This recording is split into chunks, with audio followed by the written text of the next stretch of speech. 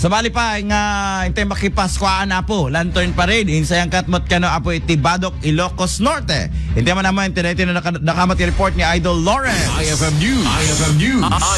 IFM News. Lokal.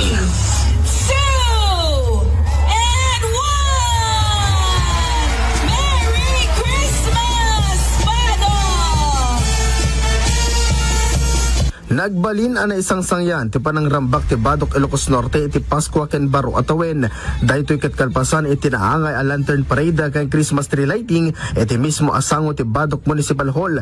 Indaulwan daytoy ni Mayor Virgilio Calahate ken pinartisiparan daytoy dagiti tinarway nga estudyante, mga sursuro, government employees, non-government organizations, PNP, BFP ken narway nga umili. Lalo nga ragsak, kita tayo iti pinaragsak yan kinapintas di aglawlaw tayo tatay masakol nga kitain tayo kami dito maipalagip i-akin na kayanak ni Apo Jesu Cristo nga iso ati amin nagkukuhan di amin makita tayo no makastoy nga do di silaw makita iti kinaragsak ipasimudaag natin kinapintas kinaragsak iti aglawlaw tayo so gapo na nga itatang arabi kay isang sangayan iragsak iti kalugaran tayo pakita da itinalawag nga panagsilaw iti aglawlaw.